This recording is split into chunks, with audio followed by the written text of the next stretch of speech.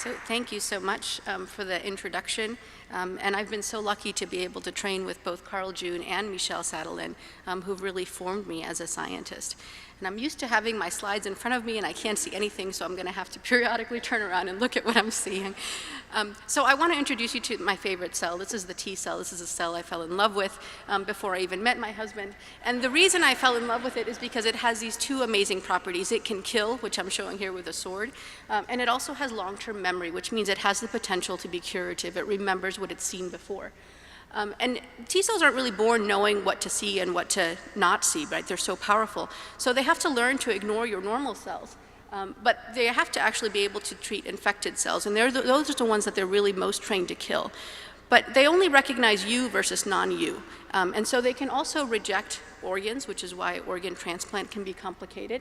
And they can also recognize cancers that have a lot of mutations in them, that they're so different that they don't look like yourself anymore. But cancers are also really smart, and they put up shields.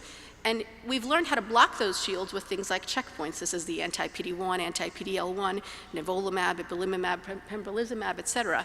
And so that's how we can eliminate those shields by using these antibodies to be able to block the shield and let the T cells do the cancer killing. But there's a lot of cancers that have few mutations that are not recognized as not you. And so in that case, the T cells don't really see them, they ignore them. So we need to be able to engineer them, to redirect them so that they can recognize things on those self cells that are still cancers. And I'm showing that as a little lollipop there that you see. So I just want to tell you very briefly the story of Emma Whitehead. She wasn't the first cancer patient treated with these CAR T cells, but she was the first pediatric patient. And here she is a few days after she got her T cells. She was quite sick. She had acute lymphoblastic leukemia, had relapsed twice, and was really destined to die of her disease. This is my mentor, Carl June, who developed the product of CAR T cells that was able to treat her leukemia. And here Emma is a year later, and most recently here she is with her parents. This is when she was visiting Barack Obama, and she got a note to be excused from school that day.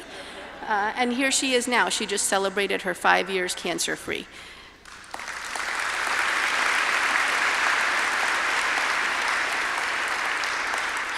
As you can imagine, Emma is a celebrity in our world, and I've been lucky enough to meet her a couple of times and even have my picture taken with her, because the millennials allow these selfie shots. So what I wanted to do is try to be able to extend this platform to other cancers beyond leukemia. And my first foray was really into brain tumors, particularly the deadly cancer glioblastoma. And the reason we went after glioblastoma here is because it has a potential target on it. Some glioblastomas have a target that we could potentially engineer the T cells to recognize. So here it is with the green lollipop, and here's the T cell killing it with the cancer cell. But unfortunately, I wish I could say that it had worked well, but we young scientists, as somebody said, are experts at failure, and so I wasn't able to just transfer it and cure patients with glioblastoma. What we found here, and this is just some of I have two slides with the actual science without the cartoon ones, but the T cells were able to find their target and kill the cells that had the green lollipop, that had the actual target we were going after. And it was very specific. They didn't kill cells that didn't have the target on it.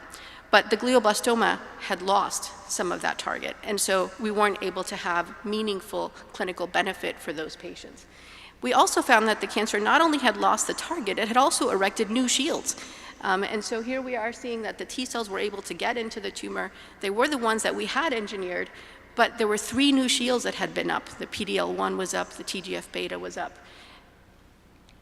And so now what I'm trying to do, and this is what my proposal was about for the Damon Runyon Award, was to be able to engineer the T cells so that not only do they have the CAR with their ability to kill the cells that have the target, but they can also block the shield by having them secrete the antibodies that would kill the shield, basically, and also being able to secrete new things. I'm sorry, I went too fast and I don't know how to back up. But they're also able to find other targets that are on the glioblastoma cell, but that are expressed in other parts of the body, so we wouldn't be able to target them directly. We have to use the T cell to be able to get those new targeted therapies into the brain tumor itself.